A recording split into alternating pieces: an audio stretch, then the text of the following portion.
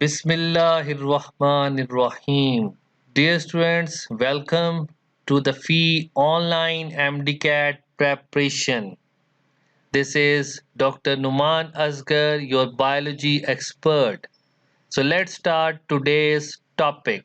Enzymes that are known as catalytic proteins जो catalysis करते हैं यानी कि स्पीड अप करते हैं केमिकल रिएक्शंस को। अब एंजाइम्स जो हैं वो कैसे केमिकल रिएक्शंस को कैटालाइज करते हैं, इसमें हम एक एग्जांपल कोट करते हैं। जैसे कार्बन डाइऑक्साइड और वाटर, जब in the absence of enzyme carbonic acid की फॉर्मेशन करेंगे। In the absence of enzyme, ये यहाँ पे मैं मेंशन कर देता हूँ, एब्सेंस ऑफ एंजाइम। तो तब क्या होगा, ये जो कार्बोनिक एसिड है ये 200 लीटर फॉर्म होगा पर आवर। बट अगर हम इसी रिएक्शन में ये एंजाइम कार्बोनिक एनहाइड्रेज ऐड करें तो स्पीड अप होने के बाद जो प्रोडक्ट होगी डेट इज कार्बोनिक एसिड, वो 6 लाख पर सेकंड, फास्टेस्ट एंजाइम भी कहते हैं इसको। एंजाइम्स हैं बेसिकली, ये ऐसे स्पीड अप कैसे करते हैं, वो स्पीड अप करते हैं by the action on activation energy. ये जो एक्टिवेशन एनर्जी है, अब ये क्या है? Activation energy is the minimum amount of energy required to start a chemical reaction, required to start a chemical reaction. अब इसको जरा इस एग्जांपल से हम देखते हैं कि हर एक जो सबस्ट्रेट है, लाइक सपोज मैं कहता हूं ये डिफरेंट सबस्ट्रेट्स हैं। हर एक जो सबस्ट्रेट होता है उसकी अपनी एक एनर्जी होती है। लाइक अगर मैं सपोज इसको लेबल कर दूं, ये 2 है, इसकी 2 एनर्जी, इसकी 3 एनर्जी, इसकी 4, इसकी 5, इसकी 7, इसकी 8, इसकी 9, इसकी 10, इसकी 11, इसकी 12। अब क्या होगा, अगर सपोज 5 एक्टिवेशन एनर्जी तक जिनकी एनर्जी होगी, या 5 एक्टिवेशन एनर्जी, ये रिएक्शन जो है 5 एक्टिवेशन एनर्जी पे प्रोडक्ट में चेंज होना है। इसका मतलब 5 जिसकी 5 एनर्जी होगी या उससे ऊपर की एनर्जी होगी, वो सबस्ट्रेट प्रोडक्ट में कन्वर्ट हो जाएगा। सपोज हम कहते हैं जी ये प्रोडक्ट सपोज जो है तो ये प्रोडक्ट बन गया। So what is actually I am going to understand, so what actually I am going to elaborate your in front of you, कि अब जो सबस्ट्रेट होते हैं ना, उनके अपने अंदर जो एनर्जी होती है उसको हम एक्टिवेशन एनर्जी कहते हैं। अब अगर एंजाइम नहीं होगा तो उस केस में क्या होगा कि सपोज एक्टिवेशन एनर्जी जिसकी 5 या 5 से ऊपर है, तो वो तो प्रोडक्ट में चेंज हो जाएगा। अब अगर हम इसमें इसी रिएक्शन में जब एंजाइम को ऐड करेंगे, अब एंजाइम की एंजाइम की एब्सेंस में क्या हो रहा था कि 5 वाला कन्वर्ट हो जाता, 7 वाला हो जाता, 8 वाला हो जाता, 9, 10, 11, 12 हो जाते, लेकिन 2, 3 एंड 4 नहीं होना था। जब हमने एंजाइम को ऐड किया तो एंजाइम ने क्या किया कि उसने लो कर दी एक्टिवेशन एनर्जीज को, इससे सिंबलाइज करते हैं, और उसके रिजल्ट से क्या हुआ कि ये 2 वाला भी कन्वर्ट हो गया, 3 वाला भी कन्वर्ट हो गया, 4 वाला भी कन्वर्ट हो गया, जिससे क्या होगा कि प्रोडक्ट इंक्रीज हो जाएगी। तो सबस्ट्रेट के अंदर जो एनर्जी होती है उसको हम एक्टिवेशन एनर्जी कहते हैं, और एंजाइम जो हैं वो क्या करते हैं, उस एक्टिवेशन एनर्जी को कम करते हैं ताकि प्रोडक्ट एक तो ज़्यादा बने और स्पीड अप होके बने। अब इसको अगर हम एक ग्राफ के थ्रू स्टडी करें, दिस एक्स एक्सिस पे आ जाएगा टाइम और यहाँ पे आएगा पोटेंशियल एनर्जी। ये वो पोटेंशियल एनर्जी है सबस्ट्रेट्स की जिस पे वो वर्क करते हैं। तो अगर एंजाइम प्रेजेंट नहीं होंगे तो ग्राफ ऐसे बनेगा, और अगर ये मैं यहाँ पे मेंशन कर दूँ, that is without enzyme, without enzyme. अब अगर इसमें हमने एंजाइम ऐड कर दिए तो तब क्या चेंज आएगा? No, this will be the change. Enzymes ने क्या किया? एक्टिवेशन एनर्जी को लो कर दिया लाइक दिस, और स्पीड अप कर दिया केमिकल रिएक्शंस को। Next is the classification of enzymes. अब एंजाइम्स को हम डिवाइड करते हैं simple enzymes and the conjugated enzymes. So proteins constituent के तौर पे होते हैं, सिंपली प्रोटीन्स होते हैं सिंपल एंजाइम्स में, जिसमें एग्जांपल आएगी पेप्सिन एंड ट्रिप्सिन। एक होते हैं कॉन्जुगेटेड एंजाइम से प्रोटीन के साथ नॉन प्रोटीन पार्ट भी होता है, और उसको कलेक्टिवली हम हॉलो एंजाइम कहते हैं। इसमें protein part is the apo enzyme and non protein part is the cofactor. जब ये दोनों पार्ट्स कनेक्ट करते हैं तो ये हॉलो एंजाइम जो बनता है ये फंक्शनल होगा, ये अपना फंक्शन परफॉर्म करेगा। अब जो कोफैक्टर्स होते हैं इनको क्लासीफाई किया जाता है organic cofactors and inorganic cofactors.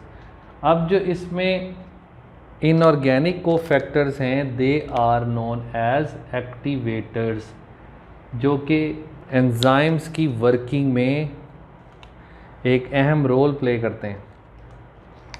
Activators जो होते हैं these are the मेटालाइंस।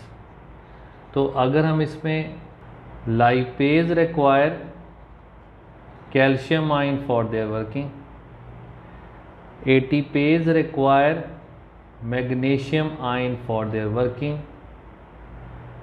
carbonic anhydrase require zinc for their working। अब देखते हैं ऑर्गेनिक जो कोफैक्टर्स हैं। Organic cofactors are further divided into coenzymes and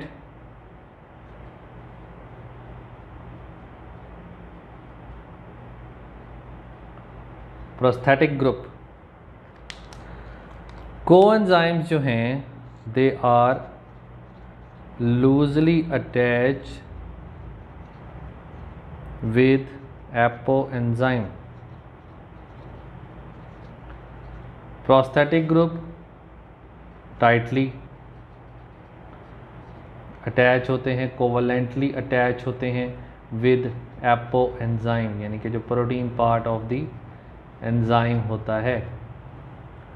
अब कोएंजाइम में जो इसके एग्जांपल्स आती हैं दैट आर, क्योंकि वाइटामिन्स जो हैं उसके साथ ये कंसर्न होते हैं। So thiamine, that is a vitamin B1,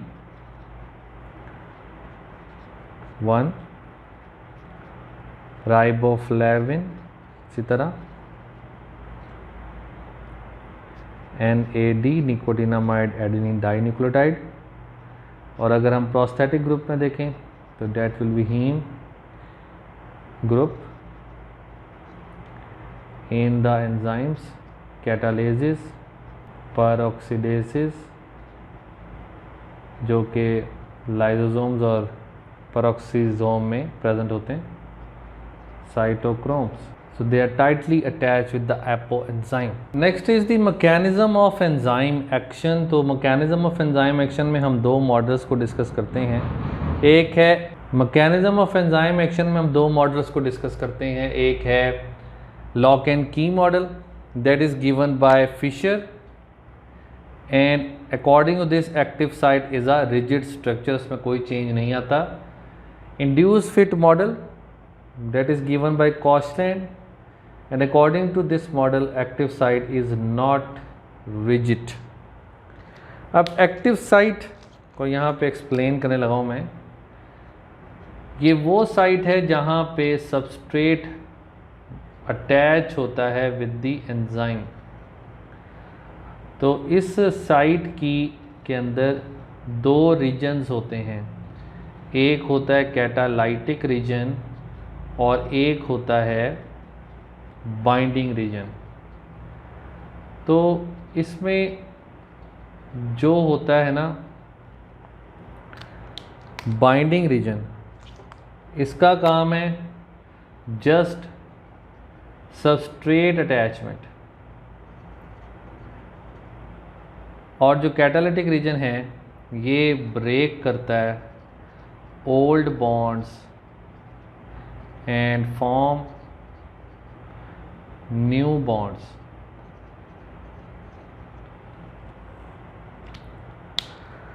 सो अब देखेंगे इसको हम according to lock and key model के अकॉर्डिंगली जो एक्टिव साइट है वो एक रिजिड स्ट्रक्चर होता है। तो इसमें मैं ऐसे ये एंजाइम, अब यहाँ से एक्टिव साइट के बारे में भी आपको बताते हैं।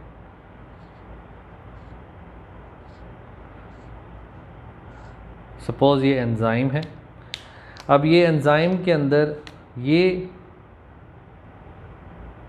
पॉइंट और ये point, these are the active sites जहाँ पे सबस्ट्रेट ने जाकर अटैच होना है। सपोज़ मैं कहता हूँ कि ये सबस्ट्रेट हैं दो,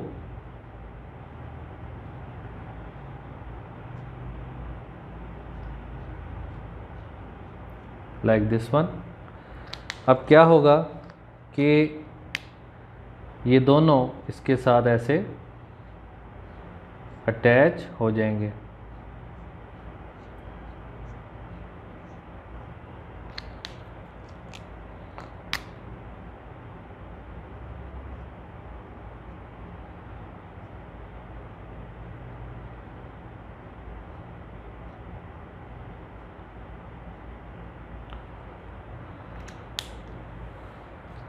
सो ये दोनों इसके साथ ऐसे अटैच हो गए, ये बन गया enzyme substrate complex.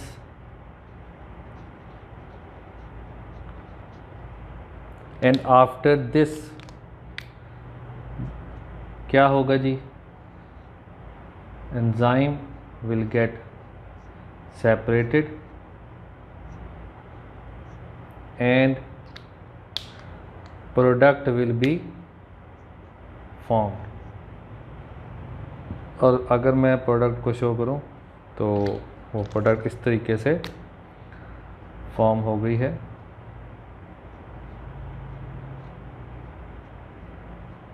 Like this. तो ये है प्रोडक्ट।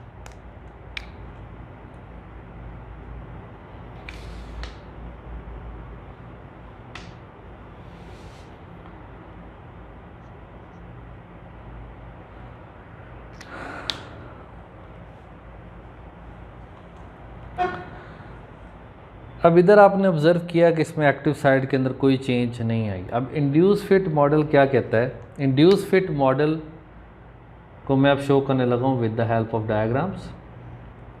इसमें मैं आपको दोनों रीजन्स शो करूँगा क्योंकि ये दोनों रीजन्स ही से समझ आती है कि इंड्यूस फिट मॉडल में modification of the active site क्यों एक्सप्लेन की जाती है।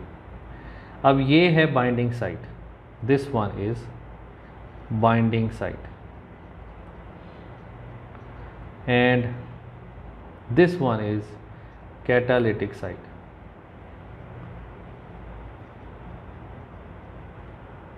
ठीक है जी। और ये दो सबस्ट्रेट हैं, अगेन ये सबस्ट्रेट 1 है, सबस्ट्रेट 2 है।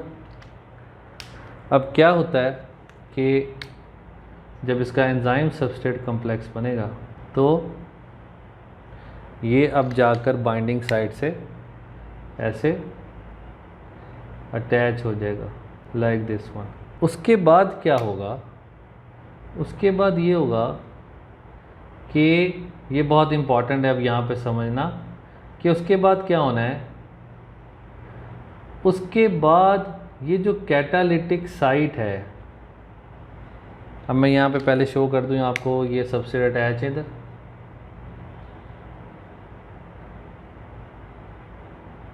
Like this. अब क्या होगा, ये जो कैटालिटिक साइट है ये इस सबस्ट्रेट के पास आ जाती है, नियर आ जाती है, जिससे क्या होता है ये सबस्ट्रेट के नियर आ जाएगी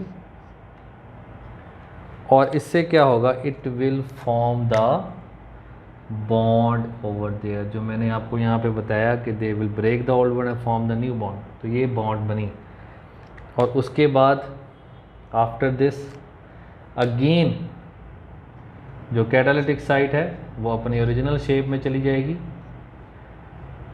लाइक दिस वन, और प्रोडक्ट जो है वो इस तरीके से लाइक दिस, ये प्रोडक्ट बन गई और ये प्रोडक्ट के साथ this will be the new bond. so that is the product and that is the enzyme and that is the enzyme substrate complex. so this is according to induced fit model। इस तरीके से active site जो है उसमें modification आती है। so ये show करता है, कॉशलैंड ने बताया कि active site is not the rigid structure। so now we are going to discuss factors affecting the enzyme reaction rate। तो इसमें सबसे पहले हम डिस्कस करने लगे हैं टेम्परेचर। टेम्परेचर में हम डिस्कस करेंगे कि सबसे जो एंजाइम्स होते हैं वो जो एक्ट करते हैं उनकी जो रेंज है एंजाइम्स की वो 25 to 40 डिग्री सेंटीग्रेड है, जिसमें मोस्ट ऑफ द जो एंजाइम्स हैं वो अपनी वर्किंग परफॉर्म करते हैं। अब इस को अंडरस्टैंड करने के लिए हमें तीन जो है ना पॉइंट्स उसको समझना पहले है, minimum, optimum and maximum. Minimum range या मिनिमम टेम्परेचर जिस पे एंजाइम एक्टिविटी लॉस्ट हो जाएगी, ऑप्टिमम टेम्परेचर जिस पे एक्टिविटी मैक्सिमम होगी, और मैक्सिमम टेम्परेचर जिस बियॉन्ड विच द एक्टिविटी है वो स्टॉप हो जाएगी। अब अगर हम ह्यूमन बॉडी की एग्जांपल लें तो in the case of our body ये ग्राफ जो है ये फॉर्म होता है जिसमें ये जो आपको मैक्सिमम जो पीक नज़र आई that is the optimum temperature जो शो कर रहा है maximum enzyme activity at this temperature. अब इसमें ये पॉइंट अंडरस्टैंड करना है कि with increase in temperature enzyme activity first increases then decreases. अब हाँ, in our body, in our case what is actually happening inside the body कि अगर सपोज ये मैक्सिमम एक्टिविटी है तो हमारी बॉडी नॉर्मल कंडीशन में इस रेंज में अपनी वर्किंग कर रही होती है, यानी कि जो एंजाइम्स होते हैं वो हमारी बॉडी में नॉर्मल या हेल्थी कंडीशन में इस रेंज में वर्किंग कर रहे होंगे। जब हमें माइल्ड फीवर होता है, माइल्ड फीवर कब होगा, जब बॉडी के अंदर कोई इन्फेक्शन या कोई पैथोजन एंटर होगा, तो हमारी बॉडी का ये प्रोटेक्टिव मैकेनिज्म है कि फीवरिश फीलिंग आना स्टार्ट हो जाती है। अब ये वो बात है कि विद इंक्रीज इन टेम्परेचर, जैसे टेम्परेचर इंक्रीज होगा, ये इंक्रीज हो रहा है टेम्परेचर, जैसे इंक्रीज होगा तो एंजाइम एक्टिविटी पहले बढ़ जाएगी, अभी मैक्सिमम हो गई, बढ़ गई, और उसके बाद फिर ये डिक्रीज होना शुरू हो जाएगी। यानी कि अगर फीवर हाई हो जाएगा, हाई फीवर हो जाएगा तो हमारी बॉडी के जो एंजाइम्स हैं वो डीनेचर होना स्टार्ट हो जाएंगे, यानी कि उनका जो केमिकल स्ट्रक्चर है वो डिस्ट्रॉय होना स्टार्ट हो जाएगा। इन the case of low temperature enzyme inactive हो जाते हैं। तो इसमें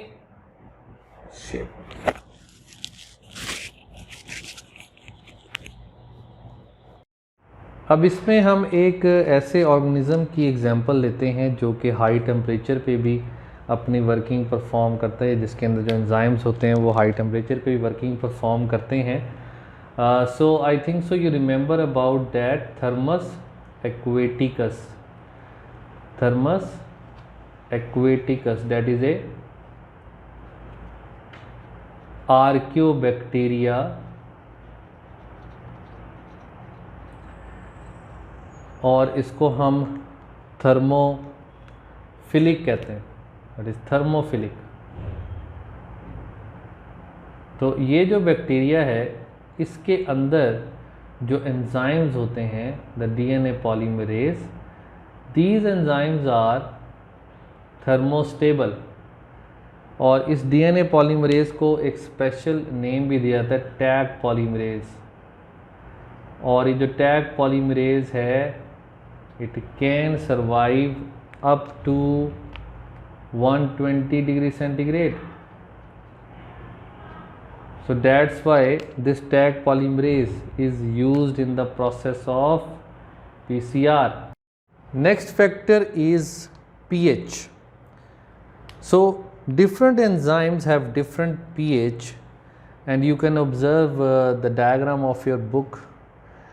So this is the optimum pH for that enzyme. जिस पे वो enzyme वर्क करेगा वो उसकी optimum pH होगी, maximum वर्क करेगा.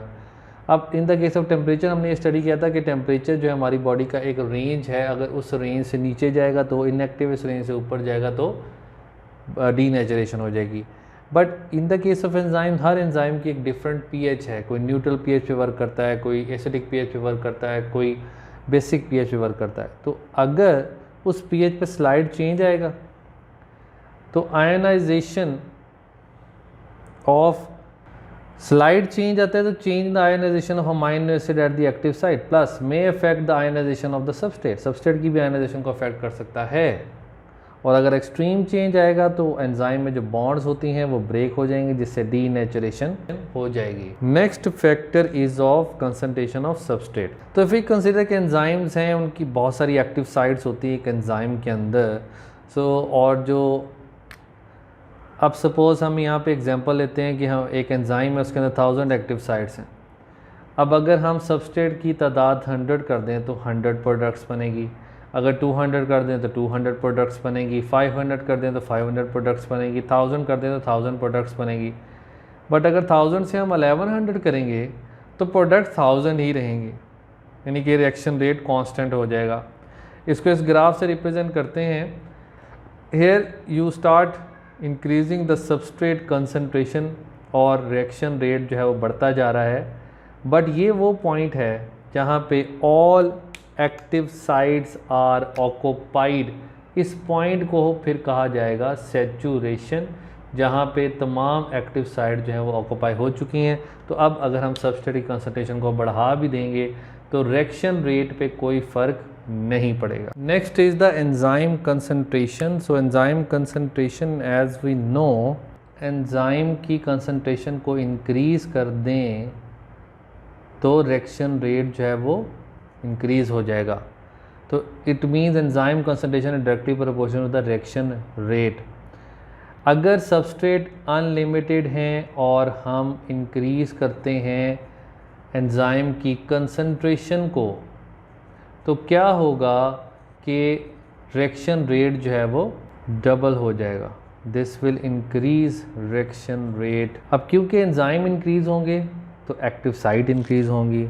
एक्टिव साइट इंक्रीज़ होंगी तो जितनी भी सबस्ट्रेट हैं वो एक्टिव साइट पे जाके अटैच होती रहेंगी और प्रोडक्ट जो है वो बनती रहेगी. Enzyme inhibition.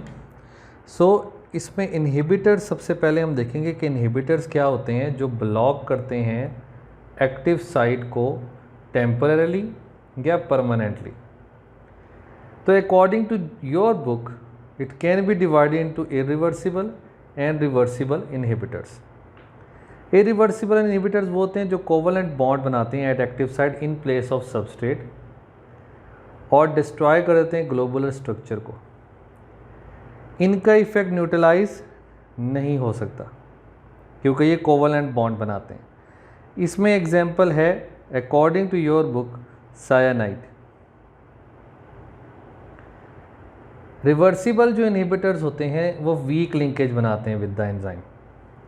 उनका इफेक्ट या तो कंप्लीटली या पार्टली न्यूट्रलाइज हो जाता है बाय इंक्रीजिंग सबस्ट्रेट कंसंट्रेशन. अब ये जो रिवर्सिबल इनहिबिटर्स होते हैं according to your book it is divided to competitive and non competitive inhibitors.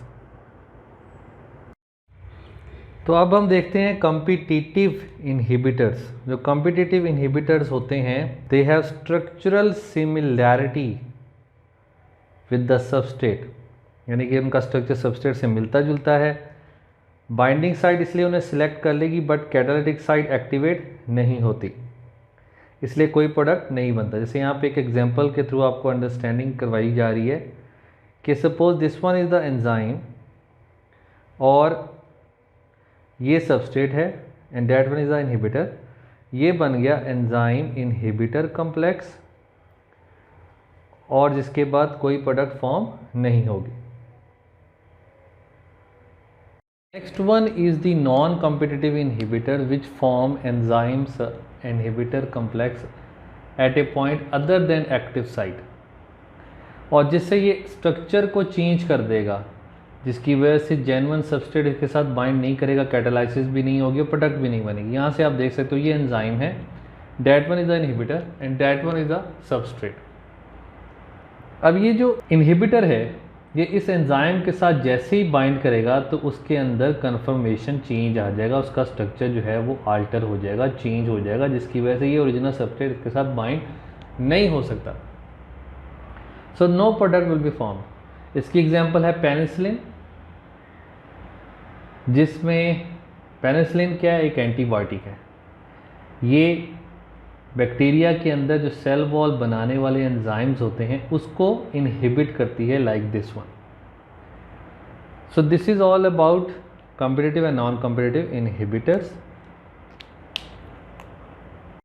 So next is the allosteric inhibition, that is also known as feedback inhibition. So what is actually this one is product, ऐसी inhibition इसमें product जो है वो regulate करती है अपनी ही formation को। तो इसको इस एग्जांपल के थ्रू देखते हैं। That one is the glucose. ये जब एटीपी के साथ मिलता है, ग्लाइकोलाइसिस का ये फर्स्ट स्टेप है, हेक्सोकाइनेज की प्रेजेंस में ये बनाता है ग्लूकोज 6 फॉस्फेट और एडीपी रिलीज होती है। अब सपोज हमें यानी कि सेल को रिक्वायर्ड है 100 मॉलिक्यूल्स ऑफ दिस वन। तो अगर and due to any factor 19 जो हैं 99 मॉलिक्यूल जो हैं वो फॉर्म होते हैं, तो क्या होगा कि ये जो मॉलिक्यूल्स हैं they will stimulate this hexokinase to increase its conversion into glucose 6 phosphate, यानी कि अपनी एक्टिविटी को इंक्रीज कर देगा जिससे और ग्लूकोज 6 फॉस्फेट में कन्वर्ट हो जाएगा। तो ये अगेन 99 से 100 पे ये नंबर आ जाएगा। और अगर दूसरा केस देखें, सपोज़ अगर ये प्रोडक्शन ज़्यादा हो जाती है ड्यू टू एनी फैक्टर, तो again this will stimulate this enzyme to low down इस conversion of glucose into glucose 6 phosphate. This is known as feedback inhibition.